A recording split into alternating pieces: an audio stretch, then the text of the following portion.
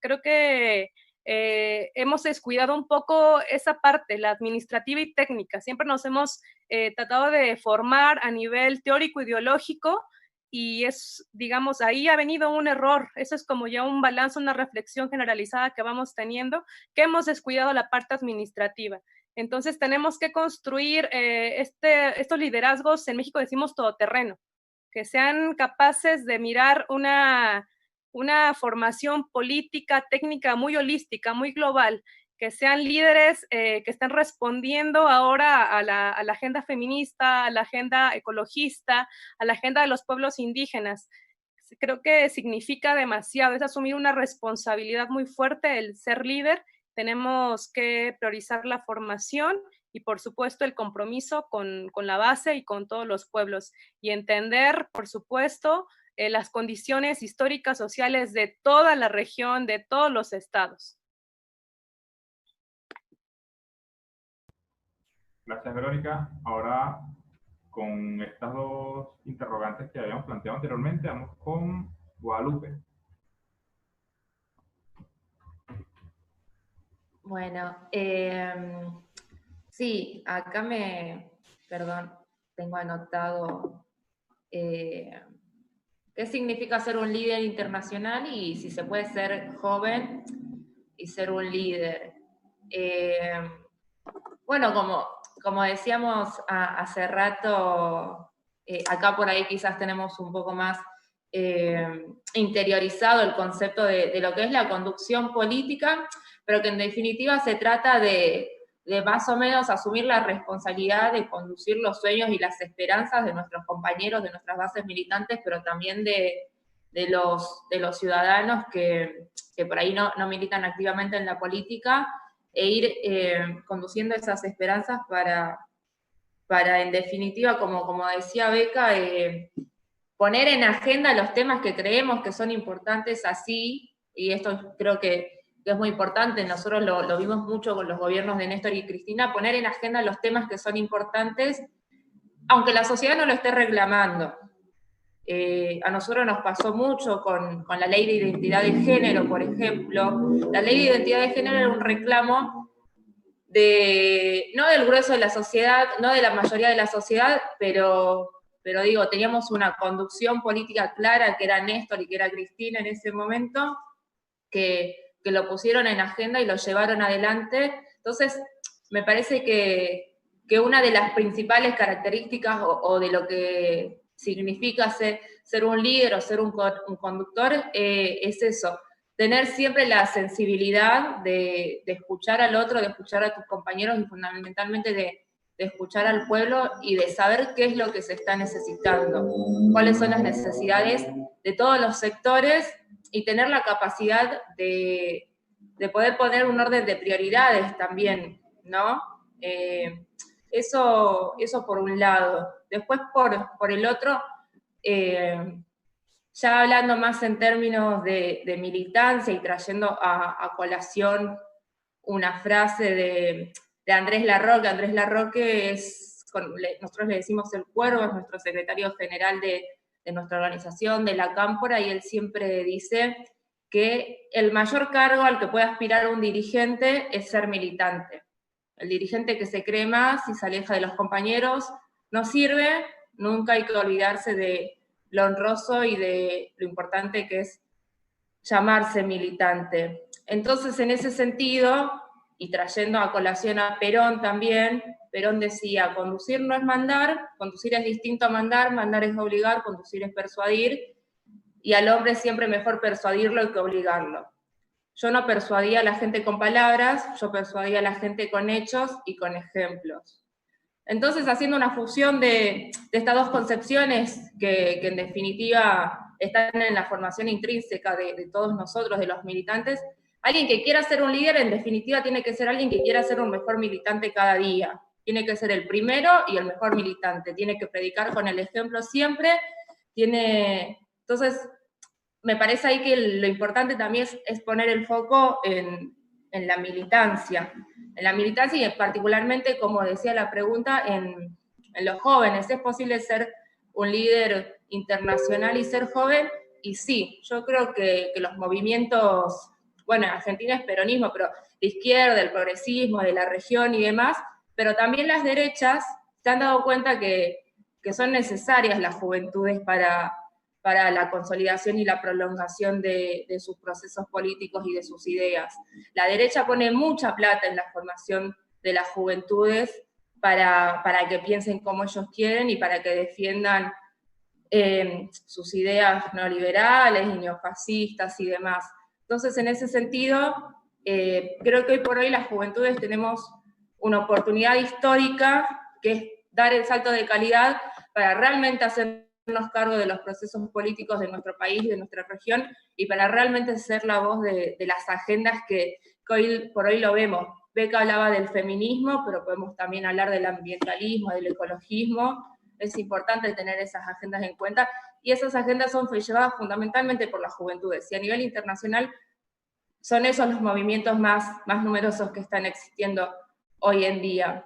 Entonces, creo que ser líder, ser un referente, ser un militante y ser joven, hace muchos años, o hace un par de años, quizás no tantos, significaba una contradicción, ¿no? Uno encontraba un montón de impedimentos en eso, pero hoy por hoy es una necesidad. Es una necesidad, los movimientos políticos de izquierda y de derecha lo saben. El tema y lo importante es qué camino vamos a tomar nosotros en la construcción de esos liderazgos y en el aprovechamiento de esa oportunidad y de ese salto político. Muchas gracias.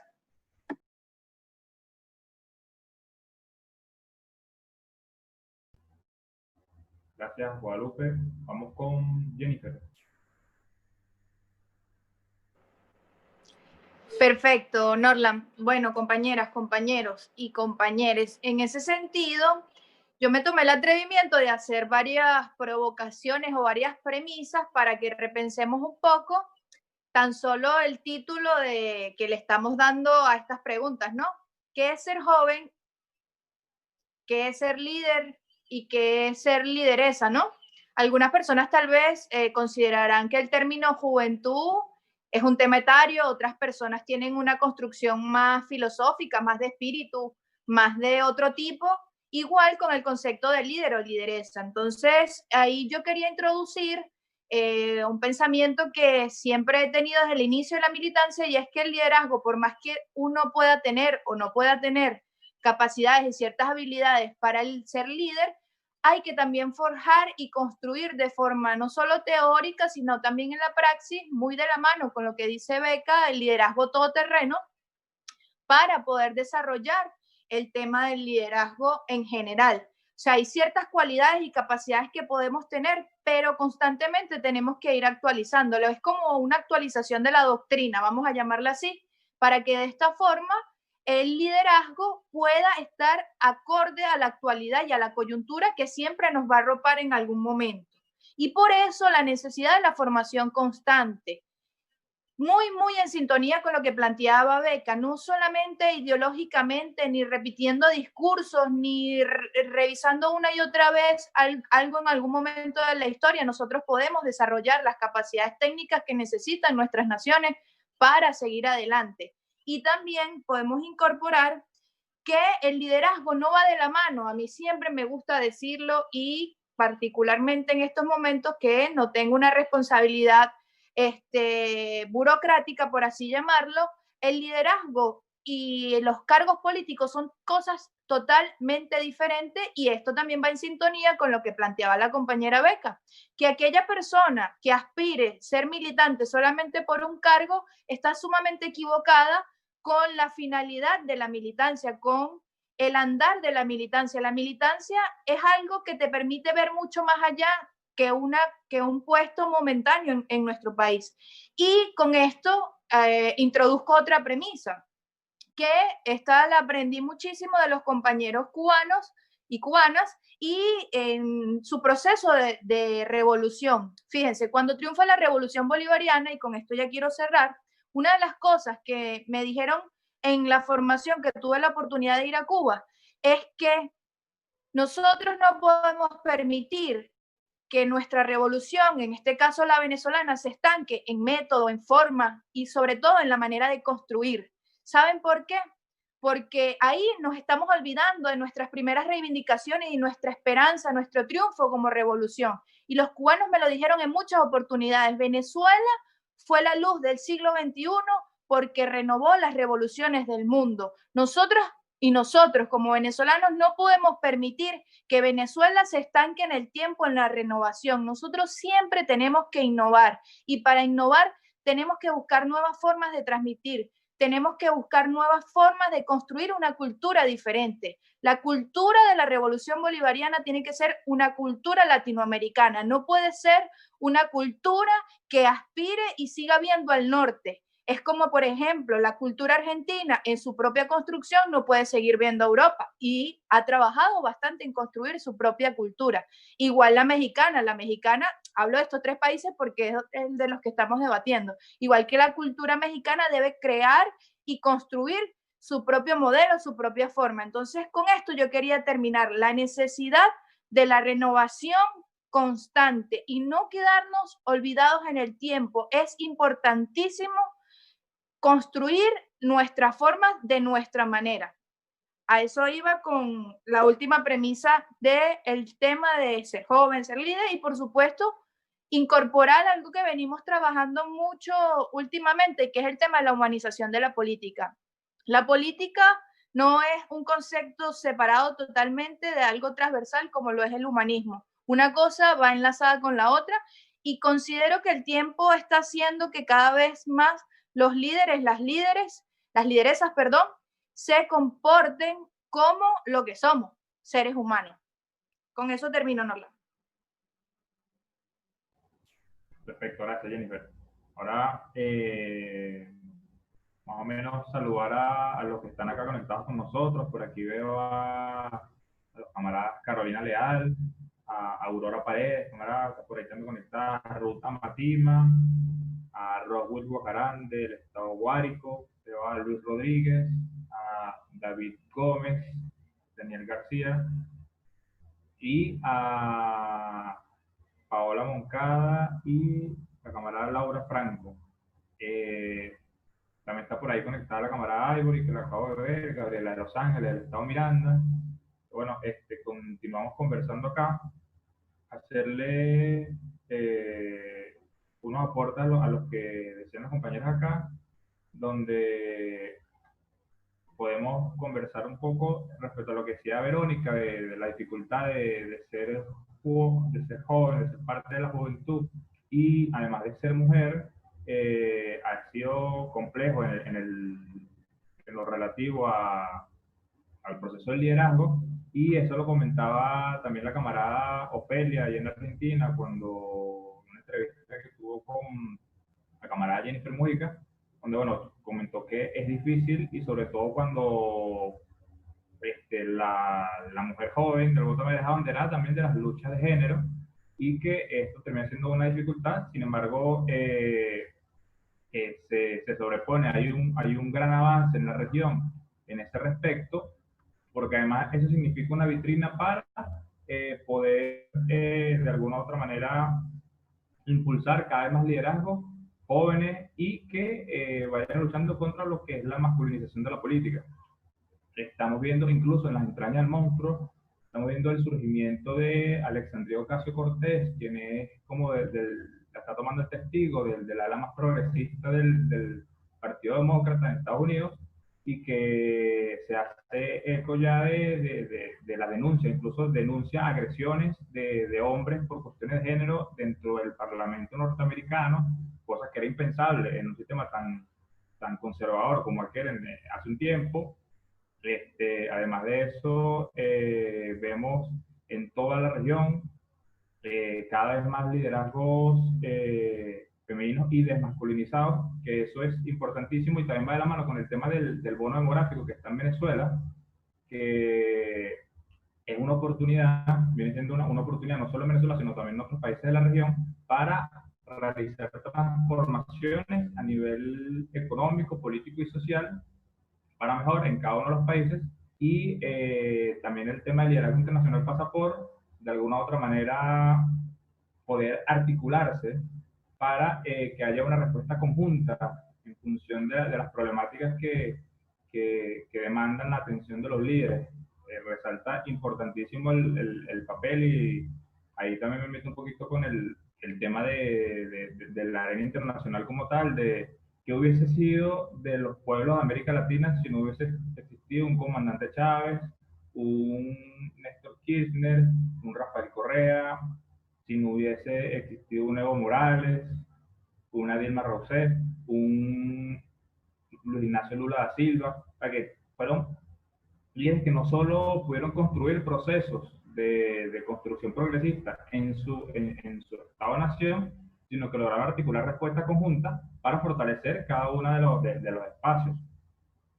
También tenemos el cambio de política mundial que esto trajo consigo, la alianza Sur-Sur que se impulsó en ese respecto, que trajo transformaciones sustanciales en cuanto a la subida de los precios del petróleo, la solidaridad, el tema de la incidencia de los estados cada vez más pequeños, de los estados más pequeños en las instancias internacionales, donde a partir de instancias como Petrocaribe, como la OPEP, como el ALBA, se pudieron articular diversos estados-naciones en las instancias internacionales como la ONU, como la OEA, etcétera, etcétera, y poder hacer contrapeso y equilibrar un poco la balanza frente al esquema anterior donde los hegemones gobernaban sobre un cúmulo de estados dispersos que por separado no pueden hacer frente a las pretensiones de, por ejemplo, los países del Consejo de Seguridad,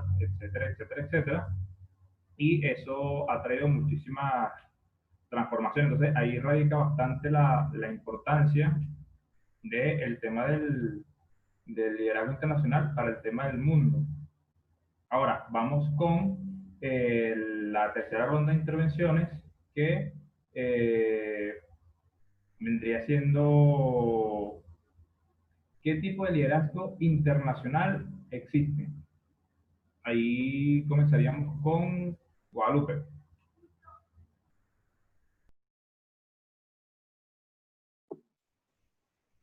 Ahí está. ¿Qué tipos de liderazgos internacionales existen? Me parece que es importante plantear primero que todo liderazgo es político, ¿no? Y quizás parece una obviedad, pero nosotros, porque somos militantes políticos, eso lo tenemos interiorizado y lo tenemos totalmente saldado, pero me parece importante siempre remarcar esto, porque se ve muchas veces una construcción o un intento de construcción de referencias o de líderes, de lo que hablamos anteriormente, que quizás surgen a partir de agendas concretas. Con el feminismo por ahí pasa mucho, y el ambientalismo está pasando mucho, pero que pareciera que su agenda es una cosa y la política es otra, ¿no? Como si los países y como si la región no dependiera de la política y de los gobiernos y de las prioridades de esos gobiernos y de dónde vienen esos gobiernos para que esas agendas o para que esos reclamos o para que esas necesidades se cumplan y se hagan realidad. Entonces me parece primero y principal plantear eso, plantear que es necesario siempre entender y remarcar y formarse como un líder principalmente político. Y después me parece importante que también tener siempre en cuenta de dónde vienen esos militantes, esos conductores, esos líderes o esos referentes. Había estado buscando un video de Cristina, que también después se lo voy a pasar el link, que es muy cortito, dura 2 minutos, donde Cristina dice: las dirigencias, por decir los líderes o los referentes políticos, son el espejo en donde se miran las bases militantes.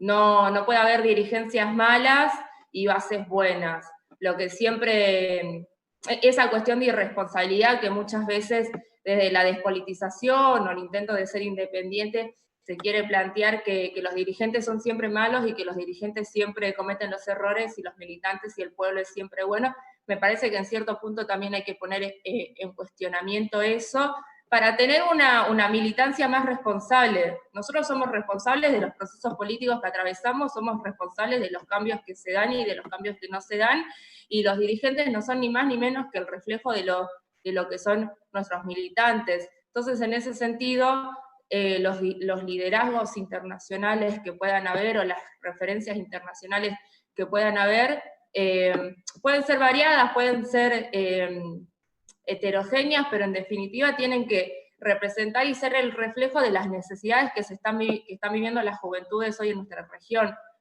Entendiendo la interseccionalidad de las juventudes, entendiendo que hoy por hoy se habla mucho en términos juventudes y no juventud, entendiendo los diferentes tipos de juventudes que hay, pero fundamentalmente me parece que un líder, en esto que planteaba Jennifer, que ahí vi en el chat que también lo replicaban mucho, sobre el humanismo, o la humanización de la política, nosotros siempre lo hablamos muchísimo. Digo, es importante que un líder sea solidario, que sea humilde, que sea honesto, que tenga una formación integral, que sería un líder todoterreno, como decían antes, que tenga compromiso, que sea colectivo. Y me parece importante siempre remarcar el tema de los colectivos. Los liderazgos tienen que ser entendidos, o el proceso de la conducción política es importante que sea entendido, no en términos individuales, de quién es la persona en la que yo me veo referenciada, sino en términos colectivos. Los liderazgos son colectivos, las construcciones de la conducción política son colectivas, y dentro de la conducción política todos ocupamos un lugar. Todos ocupamos un lugar y en definitiva todos terminamos ejerciendo de una u otra forma un rol de conducción de unos sobre otros y con nosotros mismos. Y es importante eso también, quienes aspiremos a la construcción política y en algún momento nos veamos en lugares importantes de responsabilidad y demás, es siempre importante hacer un trabajo de introspección. Y acá nuestro compañero Máximo Kirchner siempre dice, transformarse a uno mismo para transformar a los demás. Yo no puedo transformar la realidad si primero no hago un proceso de transformación interna. Entonces, en ese sentido, y para ir cerrando, yo sé que hablo mucho, perdón, y por ahí me extiendo un poco, entender el proceso de los liderazgos, de las conducciones y esas construcciones, por más diversas que sean, siempre como algo colectivo, en el que todos tenemos un lugar y en el que hay distintas líneas o distintos escalones. Tendrás las conducciones primeras, las conducciones segundas, las conducciones terceras, las bases militantes, todos son importantes, todos cumplen una función fundamental en ese proceso, y esos procesos son dinámicos, pueden ir cambiando, corriéndose hacia los costados o subiendo o bajando. Lo importante es siempre atender a las demandas de los sectores a los que queremos representar.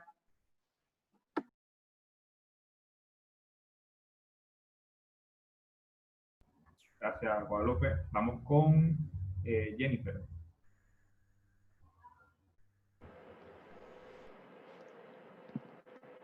Ajá, ahí estamos. Bueno, ya para aportar a este debate que está tan interesante, considero y consideramos dentro de tantos debates, tantas construcciones que nos hemos dado, insistir mucho en el tema de la humanización de la política. Y es importante agregar un condimento más a este debate, aunque ya está mencionado de diversas formas.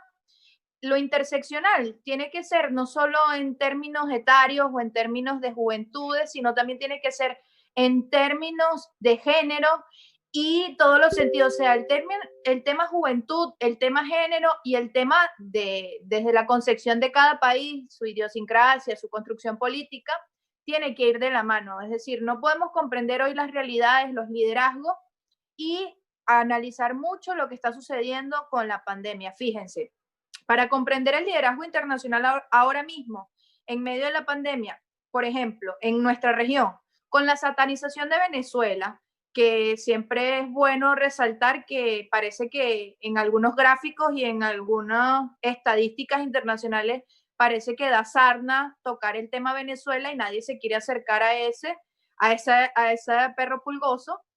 Entre eso, entre México tratando de sostener una nueva oleada progre, como mencionada Beca, que bueno, que llega un poco tarde en términos históricos a los procesos que ya vivía América Latina. Argentina retomando en medio de una crisis económica recontra complicada, y Bolivia, siempre me gusta sacar el tema de Bolivia, Bolivia siendo víctima de la atrocidad más grande en pleno siglo XXI, en plena modernidad, con un golpe de Estado, ahora se le atraviesa un tema de pandemia, con una xenofobia, con un clasismo, con un racismo, o sea, todo lo que está sucediendo ahorita en Bolivia, por ser uno de los procesos más profundos de nuestra región, por tener esa característica de revolucionarios, también está viviendo algo sumamente complejo. O sea, en medio de todo esto, con Chile, después de apagar las protestas por medio de noviembre, diciembre, se vino abajo con el tema del coronavirus, pero es posible y luchamos porque sea así el tema del plebiscito. O sea,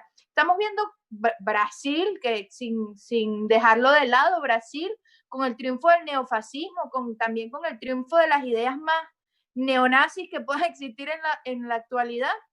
Vemos como cada país está atravesando algo sumamente complejo. En Ecuador, como están proscribiendo el partido. Bueno, ahora mismo el tema del liderazgo internacional está saliendo en disputa, y desde los análisis que hacemos en los debates, etcétera, hoy en día México y Argentina en particular tienen una importancia sumamente valiosa, ya que están como países grandes, fuertes, no solo en territorio, sino en capacidades, en términos académicos, tienen bastante que aportarle a la región.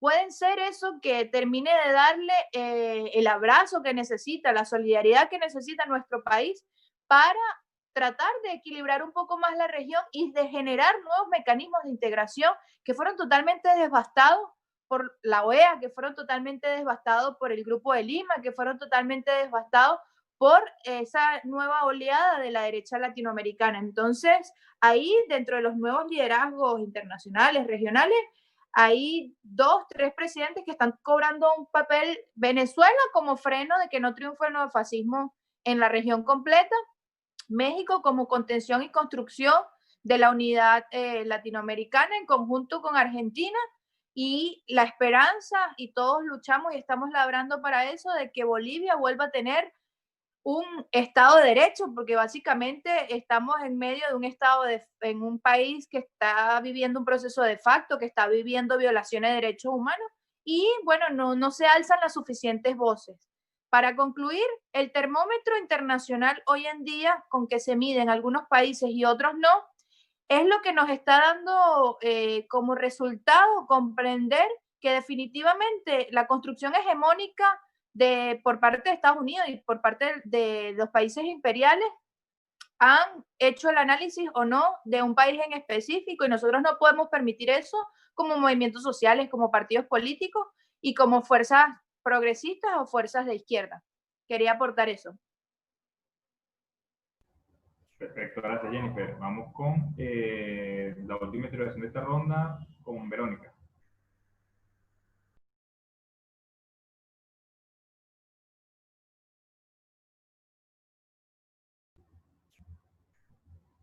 Verónica, ¿tienes el micrófono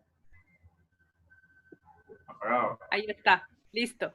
Gracias. Bueno, ahí coincido también en que la pandemia está evidenciando que necesitamos una nueva forma y una nueva lógica de hacer política, y eso pasa también por los liderazgos.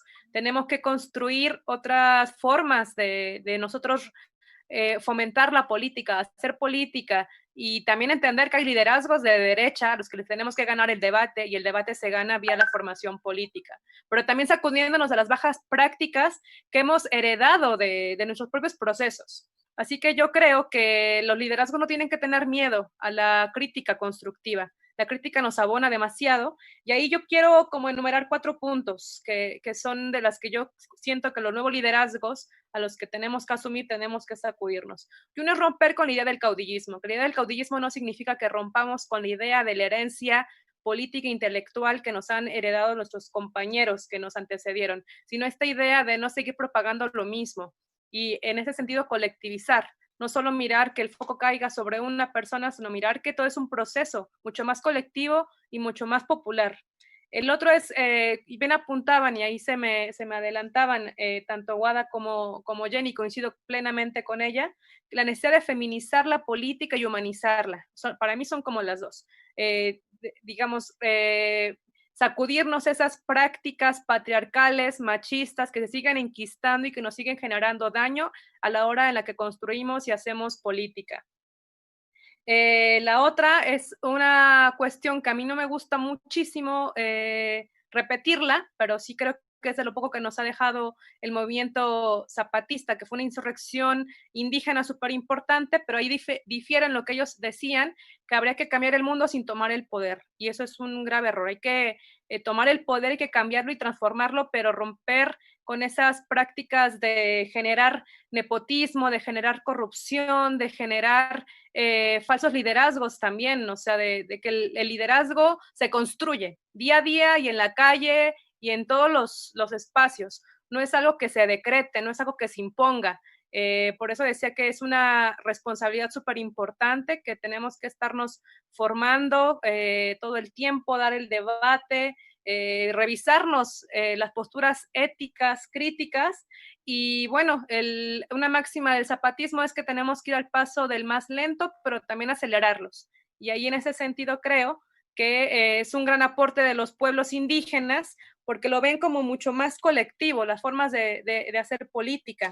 El presidente dice que los jóvenes somos la generación esperanza, que espera él que entre nosotros podamos cambiar, modificar el régimen del que venimos y así poder construir una nueva lógica de una izquierda gobernante.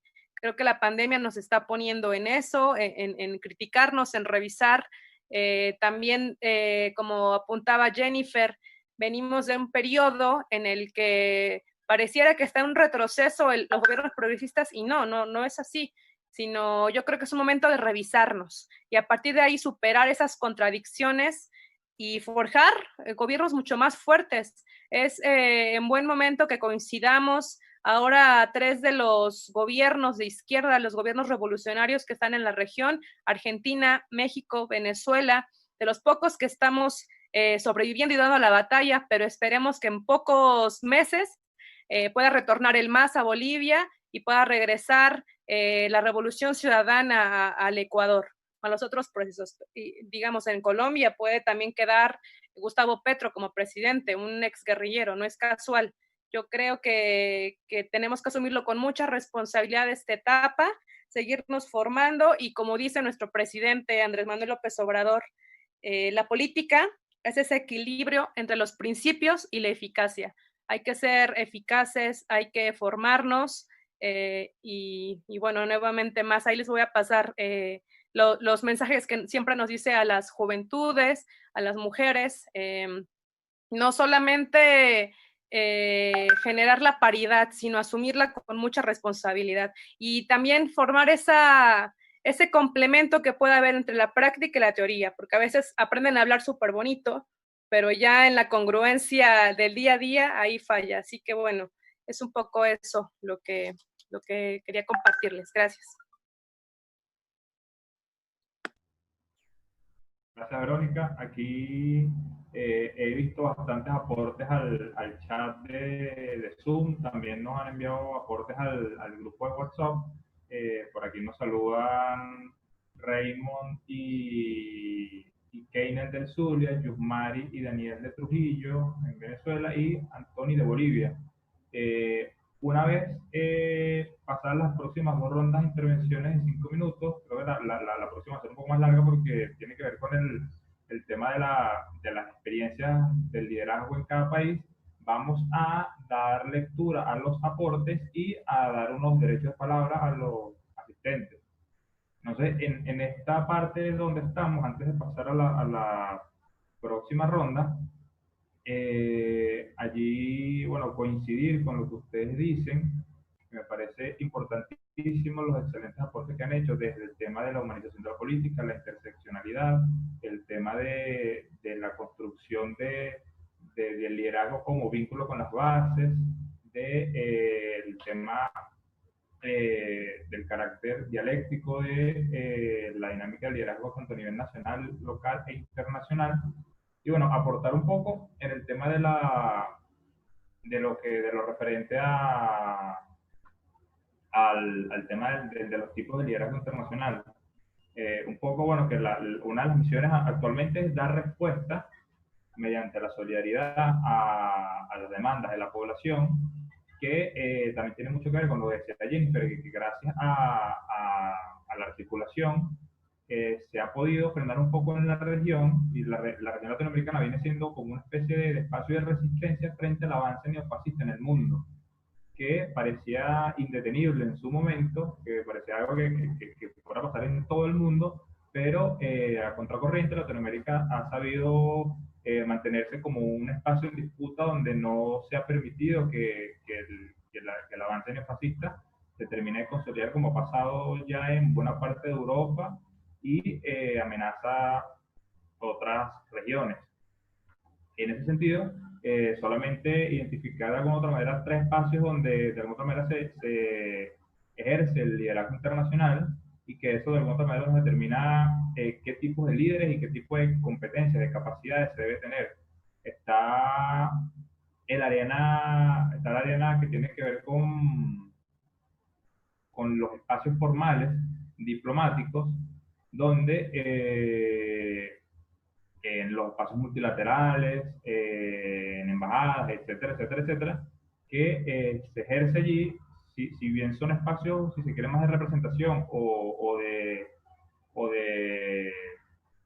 alguna otra manera administrativos, esas personas que están allí ejercen liderazgo, ejercen influencia sobre sus equipos de trabajo, pueden impulsar procesos, deben tener competencias gerenciales, y además ha quedado una deuda.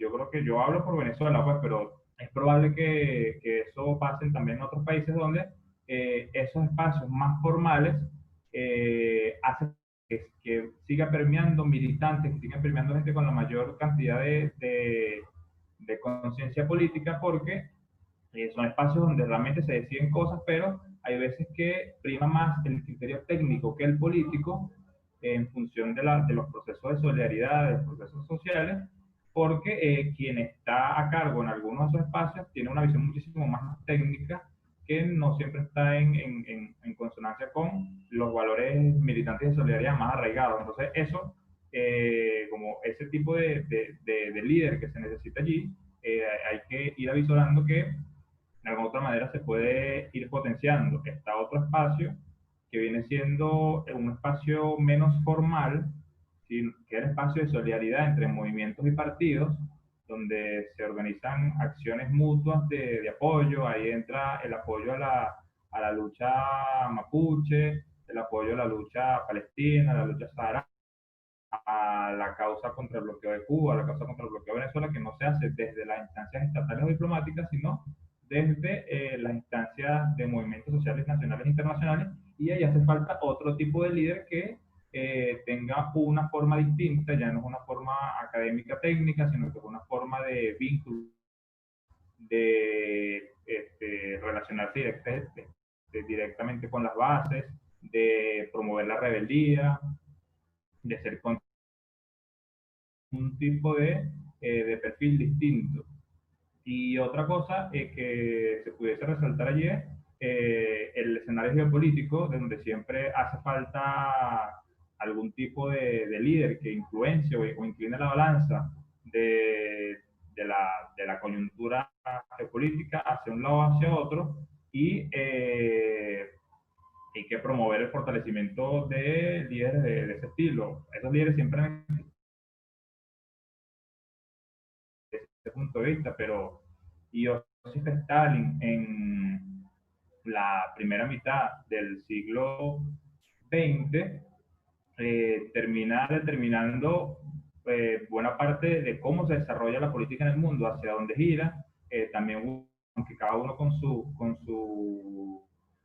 visión, podemos decir que una fue más válida que otra, por decirlo así.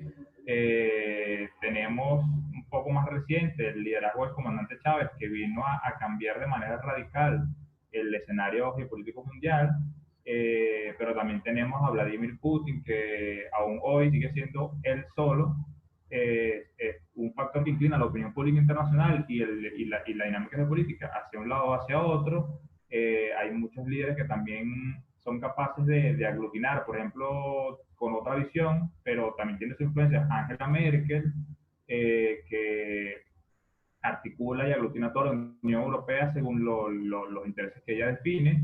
Está el presidente chino Xi Jinping, que es capaz de articular a los BRICS. Está también en un polo ya muy disminuido ahora, pero en algún momento se dirigió como el presidente, el referente de los outsiders y de los nacionalismos y de la derecha mundial, que fue Donald Trump, y yéndonos un poco más a lo local y a lo reciente, dentro de la última década, progresistas, Lugo en Paraguay, Correa en Ecuador, Evo Morales en Bolivia, Cristina Fernández y Néstor Kirchner en Argentina, que Lula y Dilma en Brasil, que pudieron girar el timón de toda una región en función de la articulación. Entonces, esa influencia, tendríamos como esas tres categorías, esos tres niveles: el tema como formal de los espacios diplomáticos, el tema que tiene que ver con los movimientos sociales y el escenario político global como instancias de influencia y de liderazgo internacional. Básicamente, como bueno, aportar eso para el debate. Y vamos con la próxima ronda de preguntas, donde podemos empezar con Jennifer sobre cómo se ejerce el liderazgo en cada país. Entonces, por ejemplo, yo no hablaré de Venezuela, sino bueno, luego vamos con las demás compañeras. Sí, bueno, en primer lugar no me quiero extender mucho para que, bueno, las personas sigan en línea, porque a veces los debates se nos van mucho de las manos y lo importante es la atención de la gente y que haya un proceso nutritivo de esto, ¿no? Primero, yo creo que hay que respetar mucho la idiosincrasia, la cultura y la construcción política de cada país. Por ahí, a veces, el ombliguismo que nos caracteriza de cada uno de los procesos, yo también obviamente voy a hablar del caso venezolano, de creer que nuestra revolución ha sido la mejor revolución en la historia, a veces nos hace ver muy hacia adentro porque fue lo que vivimos.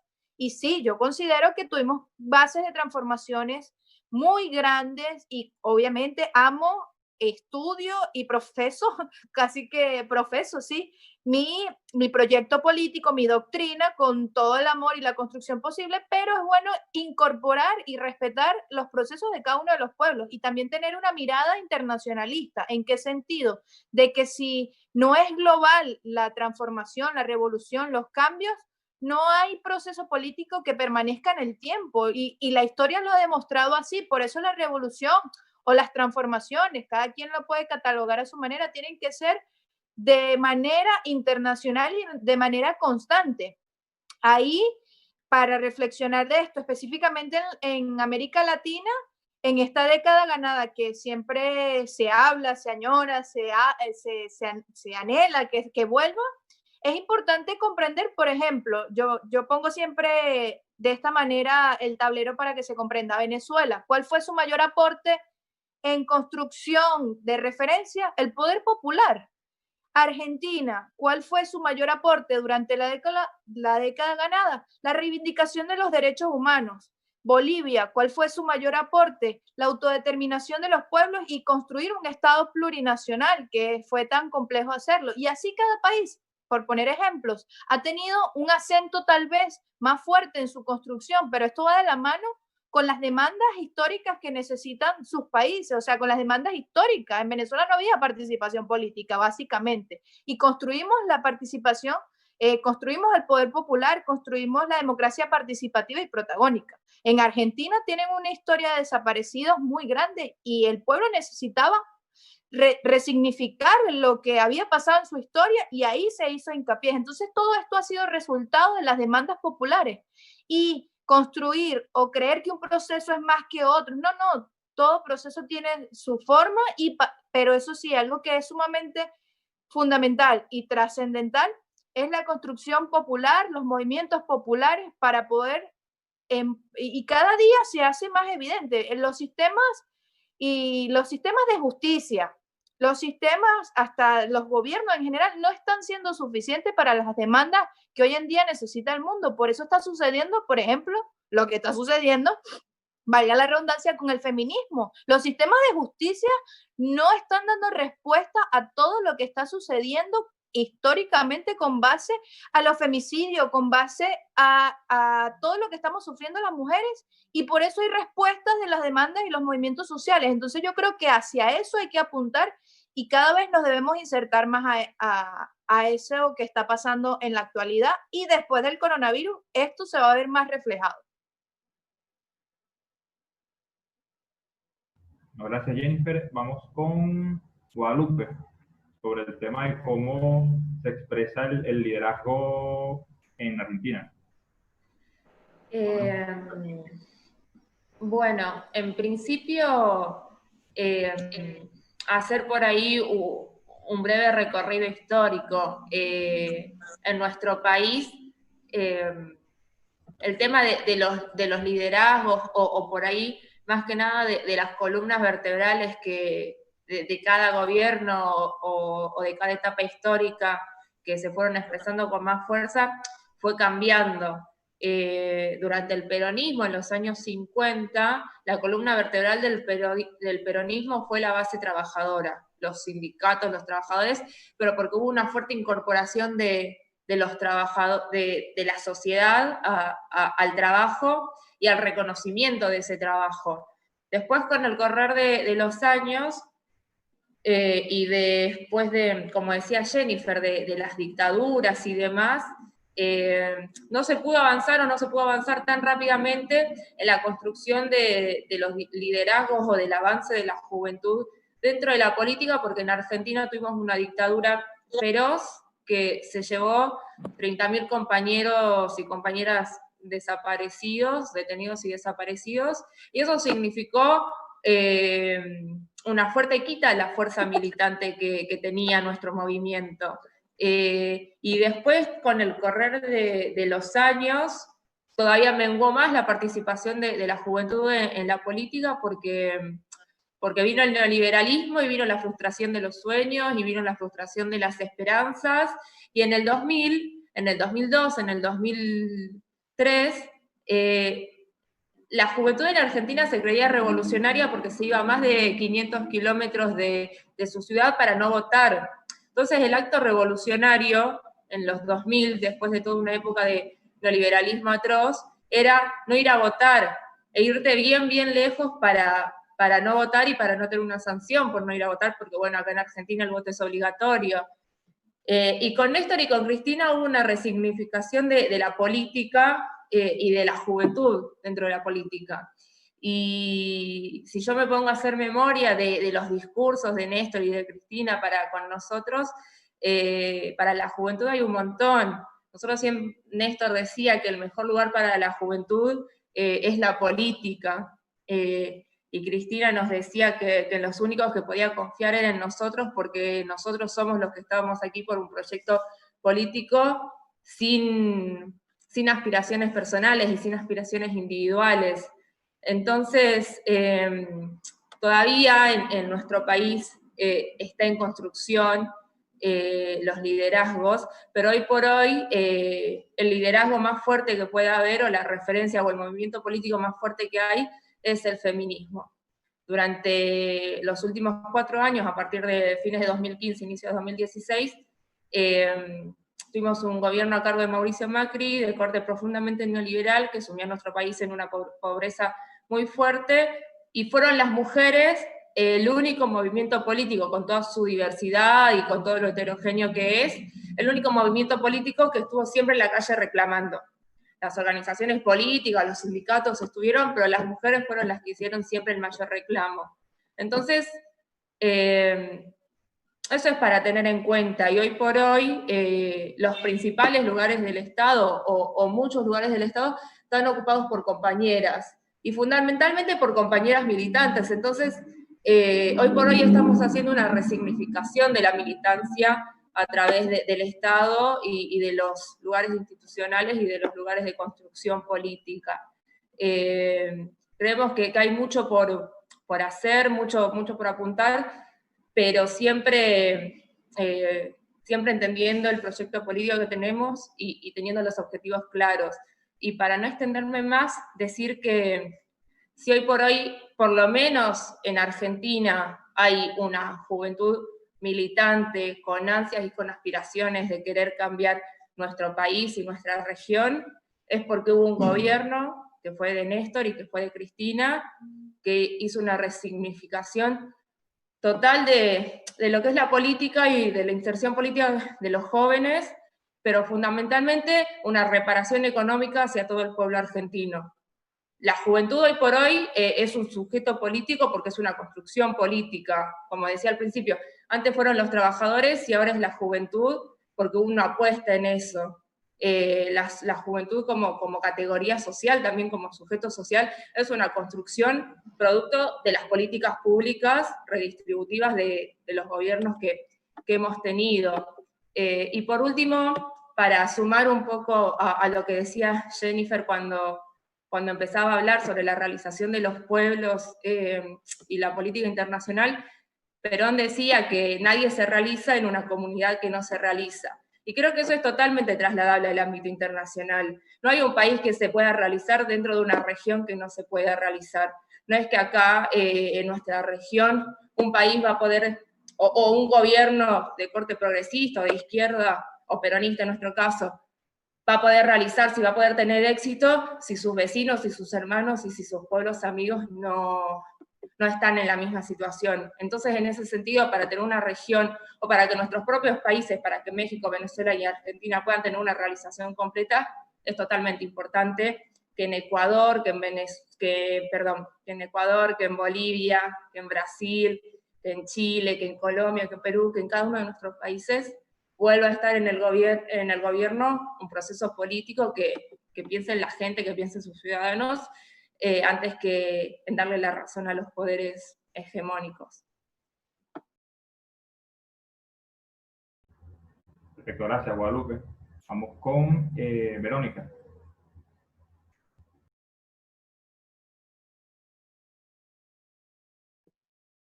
Bien. Bueno, coincido plenamente con mis compañeras. Yo creo que cada país tiene un proceso interno, pero mirarlo a nivel y analizarlo a nivel regional nos permite tener una reflexión mucho más amplia. Y en ese sentido también esos espacios abonan a esa reflexión como futuros líderes que también ustedes son o van a ser. México, como siempre les digo, llegamos a tarde y un poquito después, pero eso no significa que no se estén construyendo unos propios liderazgos y lideresas. Venimos de 90 años de un gobierno neoliberal que ha desmantelado todos los sectores públicos. En la pandemia, en la educación, venía una oleada de privatización, de corrupción y de que se enquistaba en todas las instancias, asimismo en el Tribunal Electoral. Por eso ahora mismo tenemos un problema con el partido, en donde nos están quitando la autonomía y la soberanía y quieren meterse agentes externos al propio partido en la decisión y en el relevo de quien va a presidir ahora el partido. Entonces, digamos, esto lo menciono porque son problemas que también se reflejan en las formas en las que los líderes tienen que actuar, y además venimos de que llevamos 2 años en gobierno nada más y de nuevo se vienen las elecciones.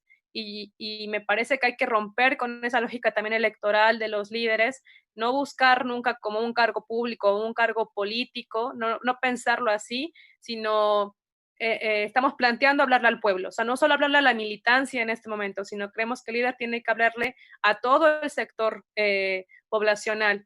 México, bueno, López Obrador ganó la presidencia por 3 millones de votos, 300 millones de votos, y solo son 3 millones de militantes.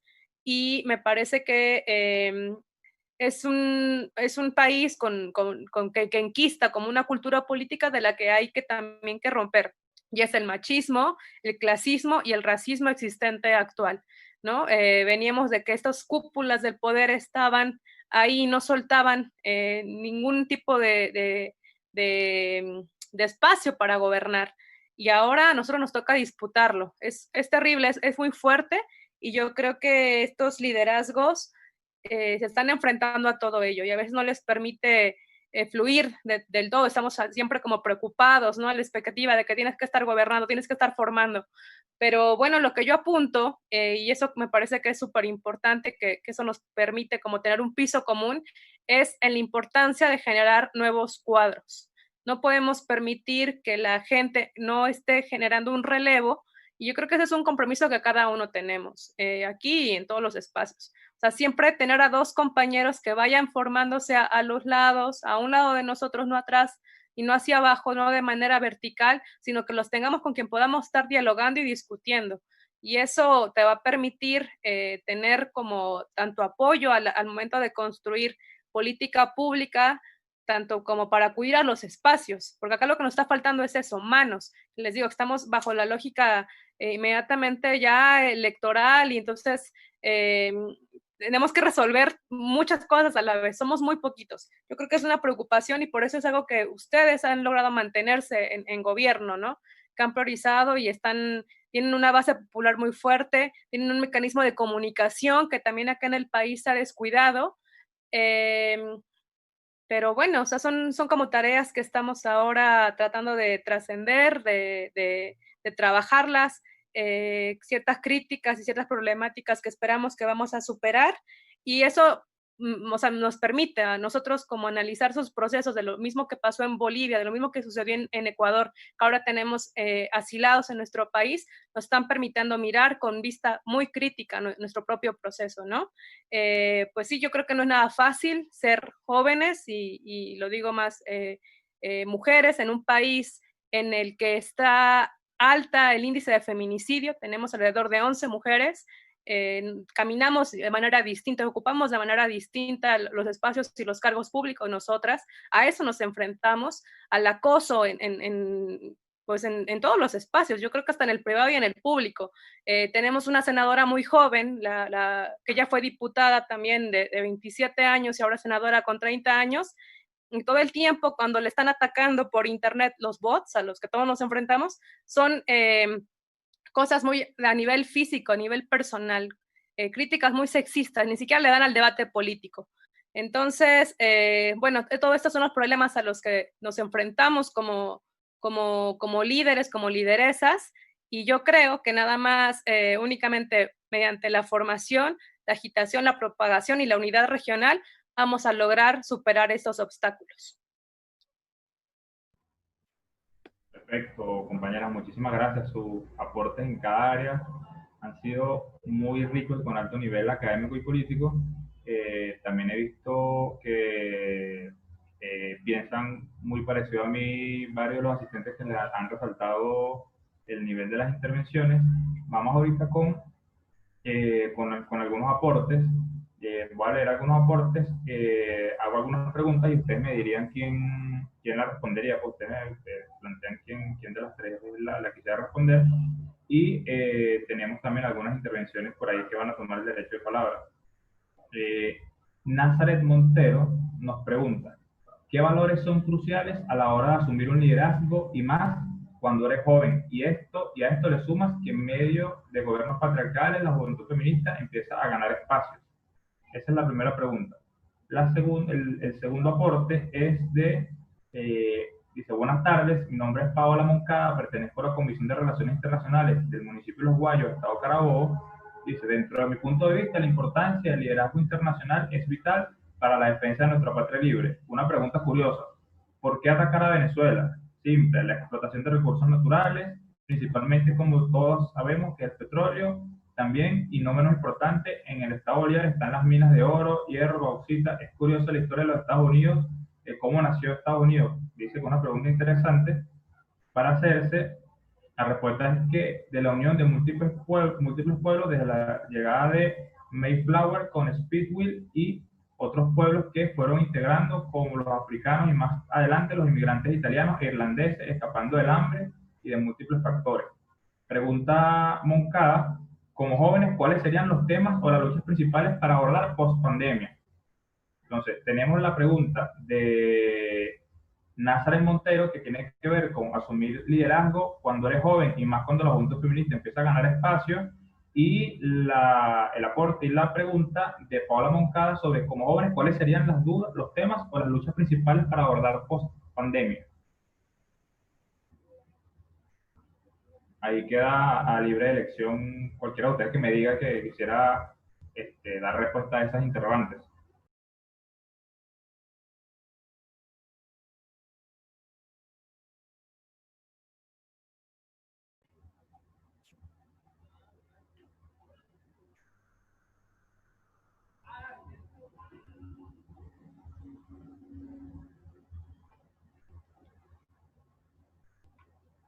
Jennifer.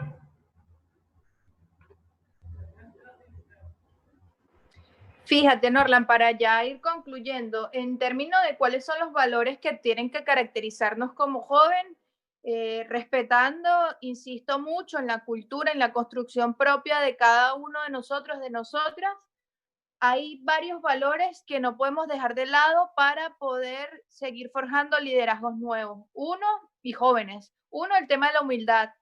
La humildad tiene que ser uno de los valores principales de toda revolucionaria, de todo revolucionario, porque por más allá de la trayectoria política que puedas ejercer desde muy pequeño, en el caso venezolano, pongo este ejemplo, es importante saber que el tema burocrático, el tema de la burocracia es circunstancial.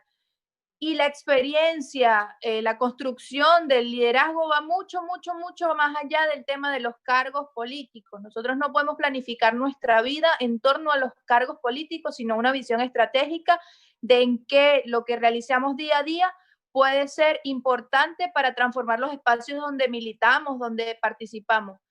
Te pongo un ejemplo, en la actualidad yo tengo como metas en mi diario, en mi libro y agenda, uno, la construcción feminista. Yo considero que hay que proyectar hacia nuestra organización la construcción feminista. Nosotros no podemos permitir tener un partido político sin una visión de género clara y sin un protocolo de género claro para el maltrato hacia nuestras compañeras. Esto tiene que ser una visión integral de nuestro partido, el Partido Socialista Unido de Venezuela, de la juventud del Partido Socialista Unido de Venezuela, y en nosotras y en nosotros como generación está la responsabilidad de dar ese punto de quiebre dentro de nuestra organización, porque necesitamos la actualización doctrinaria para seguir ejerciendo procesos de revolución y de transformación como Venezuela, siendo el primer país de triunfo del socialismo del siglo XXI en la región.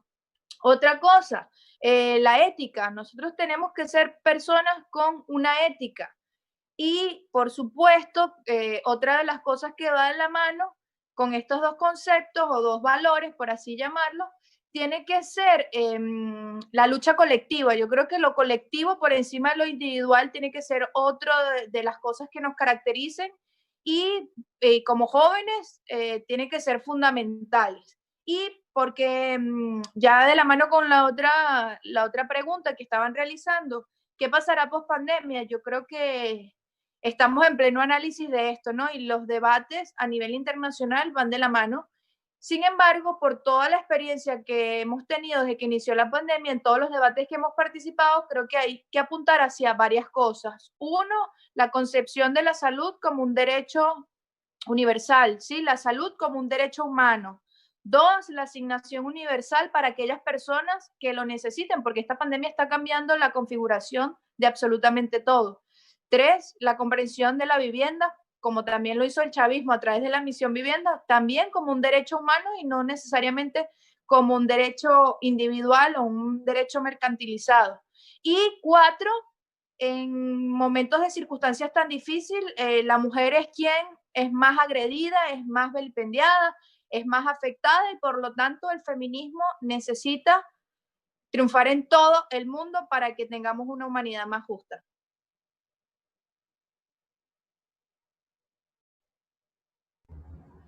Perfecto, gracias, Jennifer. Aquí tenemos Daniel García.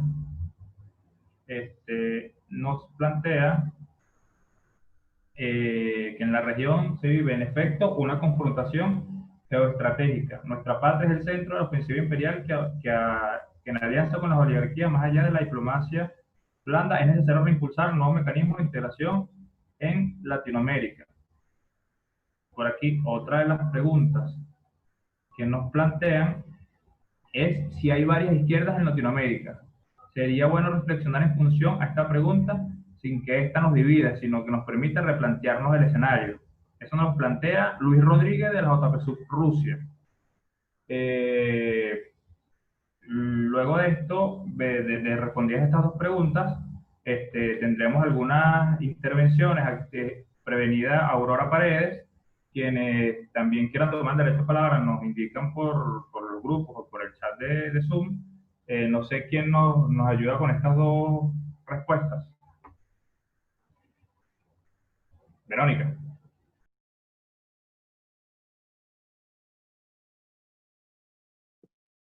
Sí, estas últimas dos intervenciones me hacen pensar que así como tenemos que diferenciar, por supuesto que yo coincido en que hay distintas izquierdas, hay distintas derechas y hay que estudiarlas también. No solo podemos mirarnos el ombligo en este momento, hay que ver la forma en la que se están organizando, en la que van operando, en la que están construyendo y apropiándose de nuestras propias banderas, tanto las nacionales como a nivel religioso, a nivel cultural, a nivel estudiantil, ver que las agendas del feminismo y ambientalismo se está montando también la derecha. Entonces eso nos permitiría afinar la crítica y el análisis a nivel regional. Creo que también eso tendremos que atender y bueno, no perder de vista lo potente que también generan dentro de la formación el cine, la música, la cultura, con medios de generar identidad, con medios de propagación y politizar también esos espacios. Yo creo que en los 70 hubo una ferviente oleada de latinoamericana, ¿no? De mucha construcción a nivel popular. Se ha perdido como juventud, como líder. Creo que es momento de reapropiárnoslo, ¿no? Y más en este momento en el que la pandemia nos da una pausa para ser creativos. Hay que apropiarnos de esos espacios y compartirla, intercambiarla. También otro plus de la pandemia me parece que es esta posibilidad de conectarnos mucho más.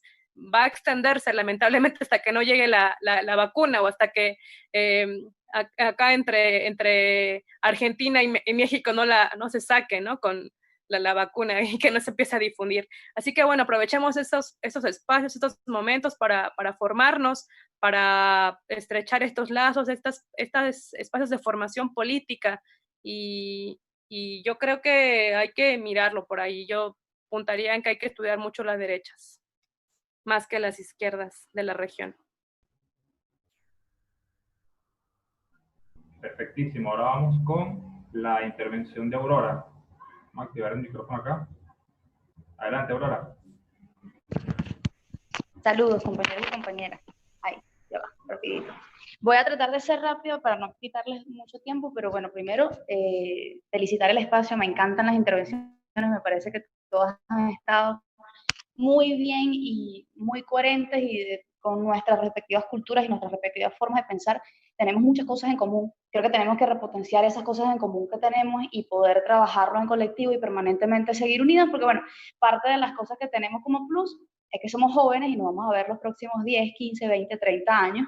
Esperemos que nos sigamos viendo así con estos sueños y con estas ideas y con esta pasión que cada una nos caracteriza en nuestros países. Bueno, nada, reivindicar el tema de la feminización y la humanización de la política porque es necesario ya en cuestión incluso hasta de enfoques, de cómo se relacionan los países, de cómo tratamos a nuestros pueblos, de cómo los pueblos participan realmente en las decisiones de gobiernos de sus respectivos países. Si no existe una feminización de la política, entendiendo que somos un poquito más de la mitad en todo el mundo, pues es imposible que haya democracia concretamente en la práctica, ¿no?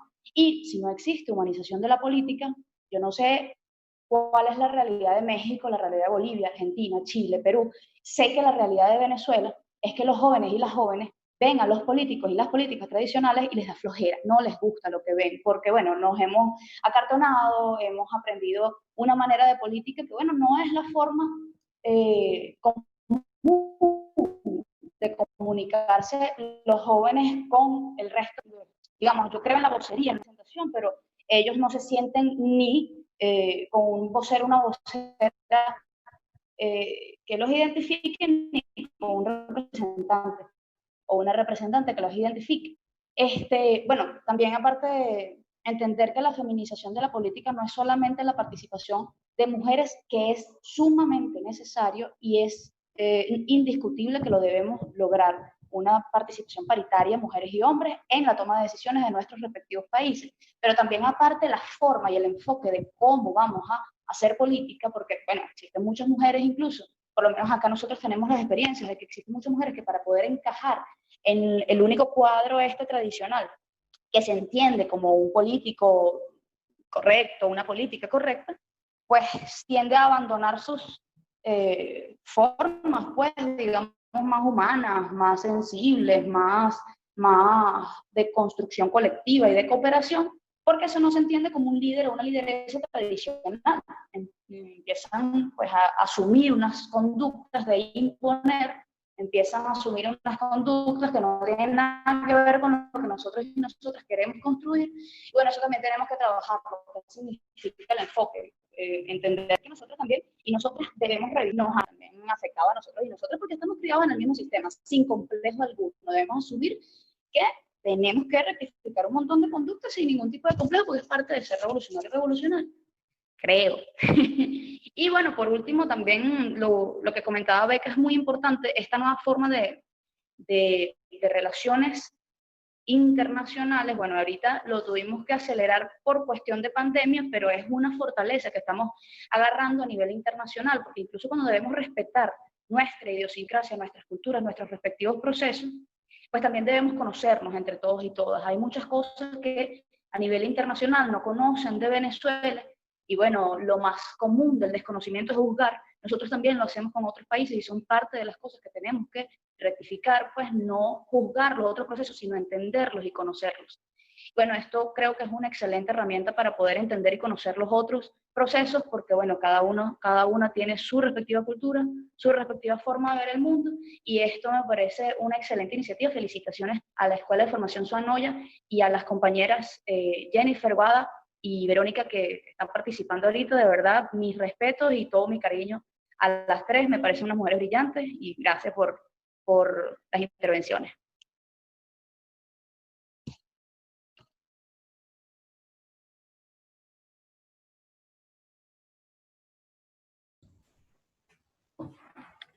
Buenas noches. Bueno, desde acá, desde Rusia, ya estamos casi un poco pasada la 1 de la mañana. Quiero principalmente aplaudir y felicitar este espacio tan importante, esta Escuela de Formación Suanoya, y a las compañeras que desde Argentina y México y desde Argentina con una venezolana, pues nos han nutrido con esas intervenciones. Realmente la felicito y creo que es bien importante que además hayan sido 3 mujeres las que hoy han asumido este foro desde el feminismo, pero además con la práctica del feminismo, propiamente hablando. Quisiera sumar al debate o poner algunos elementos en torno al tema del liderazgo y la dirección, un poco sumar con el tema de Jennifer, que nos planteaba la importancia de leer al compañero Carlos Matus. Creo que es también fundamental que nosotros incorporemos dentro de ese debate al camarada Orlando Borregos de Cuba, el cual es un profesor extraordinario y que fue pupilo, también compañero del comandante Che Guevara, que nos muestra una forma de liderazgo y de dirección que es necesaria estudiar en toda América Latina, y bueno, también traer al escenario contemporáneo, ¿no? Orlando Borregos hace una sistematización extraordinaria en uno de esos libros y nos plantea además la necesidad de hacer la discusión entre lo que significa el hecho de dirigir, entre la ciencia y el arte de dirigir. Creo que, y aquí quiero conectar esto con algo que conversaba nuestra compañera Verónica García desde allá, desde México, que es la necesidad de la formación de los nuevos cuadros de la nueva generación. Es fundamental que nosotros estas escuelas las multipliquemos, pero además hagamos una gran red que nos permita, a través de este escenario que nos está permitiendo vernos con mayor eficiencia, lamentablemente en un contexto de pandemia, pero que nos ha demostrado la capacidad que tenemos de conectarnos.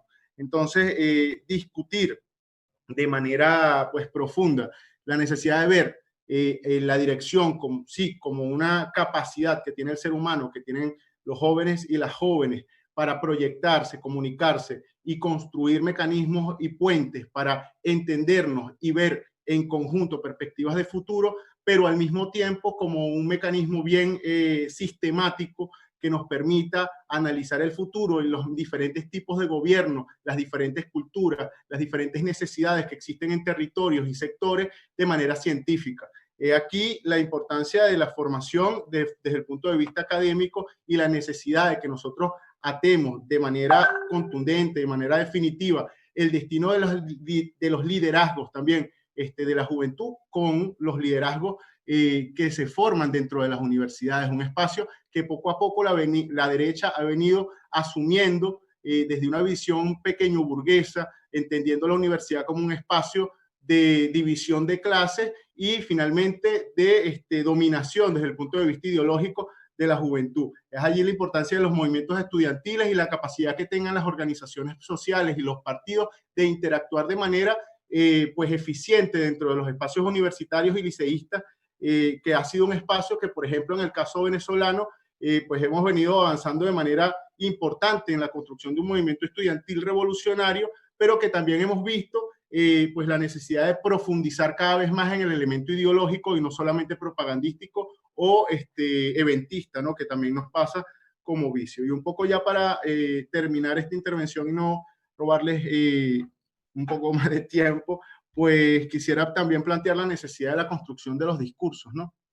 Nosotros estamos viviendo en una época que, como bien decía por allí Aurora, hay una juventud que representa un sector significativo desde el punto de vista porcentual de la población, pero que ve con rechazo la política y que de alguna manera también ataca de manera directa lo que significa como imagen al político de la política tradicional. Ahora, ¿cómo nosotros transformamos eso desde nuestras diferentes plataformas de lucha? ¿Cómo nosotros actualizamos una imagen de la política y explicamos la importancia de entender el poder y de administrar el poder para poder transformar la realidad? Allí es fundamental, creo yo, que nosotros tengamos como palabras clave, por ejemplo, la innovación, la renovación y la pertinencia, desde un punto de vista ético y estético. A veces hablamos de la ética, pero nos olvidamos también del elemento estético, el cómo nosotros no nos adaptamos quizá a un tiempo histórico y a unas formas de interacción que se han revolucionado a través de las redes sociales, por ejemplo, y que no terminamos de, bueno, caer en la hueca, como diríamos en Venezuela. Y bueno, esto creo que es determinante para poder nosotros generar realmente interacción profunda con toda la juventud a nivel mundial, que en definitiva la globalización, más allá de este concepto que han querido imponernos, podamos verla a través del internacionalismo y que estas redes que hoy día la revolución tecnológica nos permite conectarnos, pues sirvan de manera pues eficiente para una revolución internacional, entender la revolución como una necesidad internacional, como una necesidad del globo y no solamente de nuestras localidades, a pesar de que debemos nosotros también territorializar nuestras luchas. Bueno, una vez más, saludo a todas las compañeras y compañeros y pues hasta la victoria siempre. Nos vemos por estos lados, por ahí dejamos el número y bueno, los contactos que cada uno está poniendo por allí. Perfectísimo, muchas gracias, David. Bueno, ahora vamos con lo que vendría siendo leer 2 aportes más y 1 minuto de intervención para cerrar por cada una de las ponentes. Carolina Leal nos pregunta que cuáles son las herramientas que se usan a nivel de comunicaciones desde sus espacios de lucha juvenil, ya que en el caso de Venezuela quien predomina a nivel comunicacional por el tema del monopolio de las empresas privadas de comunicación es la derecha. Y por acá por Zoom, Boris nos dice que Evo Morales dijo, ahora le toca liderar el proceso a los nuevos líderes jóvenes del país, pero a su vez, como alguien dijo, se trabajó muchísimo por parte de la derecha con la juventud mediante el odio y las ideas fascistas y racistas. Claro, desde el desconocimiento de la historia y el contexto político que vive el mundo, y un punto también a tomar en cuenta es la incursión de la política fascista en los jóvenes dentro de las iglesias, que vieron que dieron resultados muy positivos en el contexto político de Brasil y también implementado en Bolivia. Entonces vamos con Guadalupe.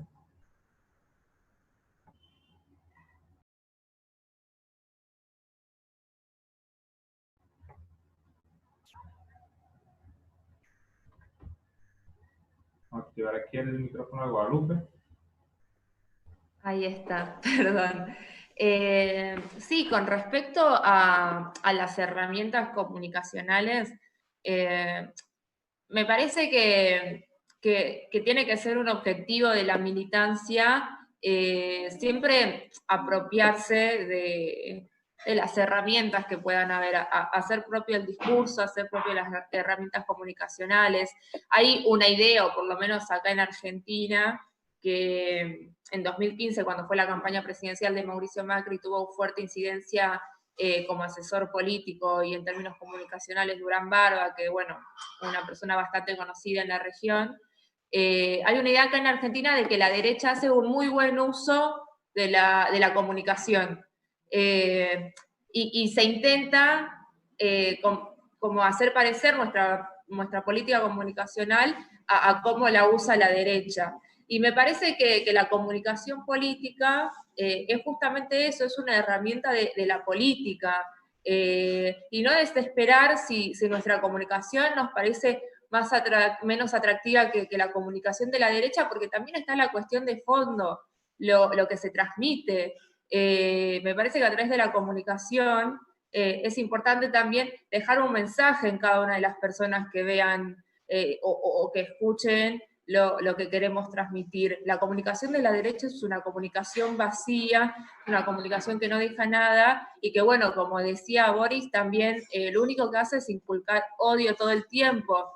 Entonces, también revalorizar las pequeñas victorias que vamos teniendo, y sin ánimos de decir ninguna verdad absoluta y dejándolo como interrogante para todos también.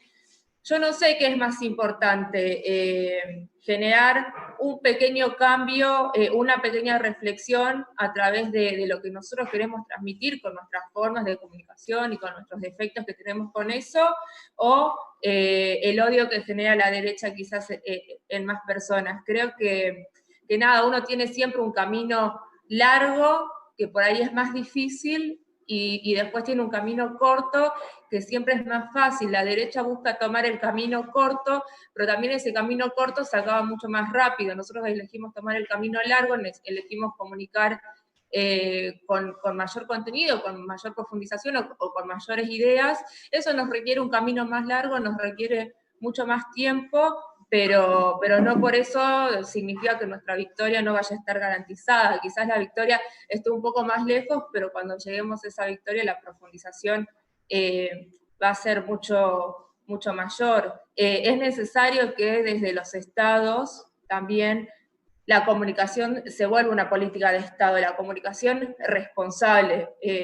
Díganme si no ustedes en sus países, si no han estado viendo la comunicación irresponsable que hace la derecha sobre esta pandemia. Acá en Argentina, una periodista salió en su programa de televisión tomando un producto que es profundamente dañino para la salud de las personas, y a raíz de eso se conocieron algunas muertes de personas que han tomado ese producto en los últimos días. Entonces, me parece que la derecha hace una utilización de la comunicación profundamente irresponsable, y ahí ya es responsabilidad del Estado ponerle un parate a eso. Nada más, creo que me quedó algo de lo que decía Boris, pero me parece importante también siempre seguir trabajando sobre la batalla cultural, seguir trabajando sobre las ideas, sin olvidarnos que la mayor transformación se da a través de los hechos y de la militancia, pero no por eso también hay que dejar quizás el plano de las ideas relegado, ¿no? Eso es muy importante, nada más.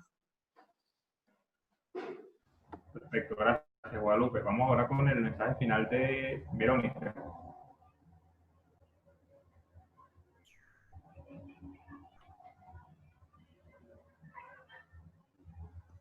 Bien, bueno, a mí no me queda más que nuevamente agradecer el espacio, la posibilidad de poder dialogar con todos ustedes, me llena de mucho orgullo, mucho sentimiento, mucha emoción en este espacio que lleva el nombre de Joan.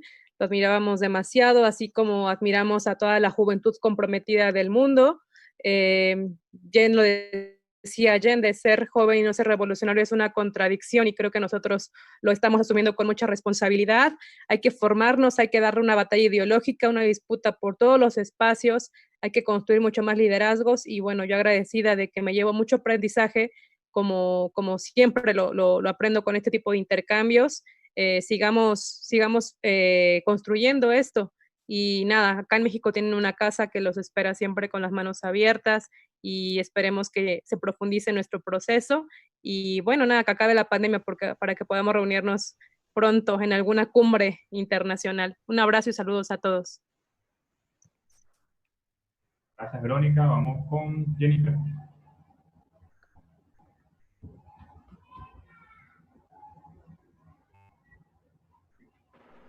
Quisiera agradecerle a todas, a todos y a todes, desde compañeros de militancia de la J desde años históricos atrás que he visto que se han conectado, hasta compañeros de otros continentes, compañeras y compañeros de muchos años de lucha.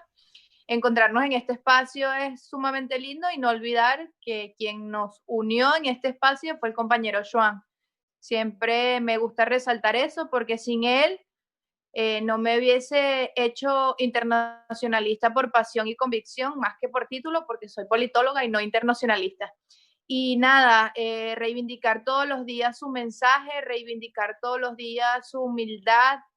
Insisto mucho que más allá de un compañero de lucha, fue un gran hermano, es un gran hermano para mí y siempre lo voy a tener presente en cada cosa que haga en la vida y por eso la importancia de este espacio y la importancia de que quienes participaran en este espacio también sean compañeras que de una u otra forma hayan sido cercanas a él para que rememoremos lo que hizo en vida y todo lo que está haciendo después en otra vida. Gracias, Norland, gracias a todos los aportes y nada, nosotros triunfaremos siempre y cuando existan militantes que estemos dejando todo el todoterreno, como decía Beca, para las luchas.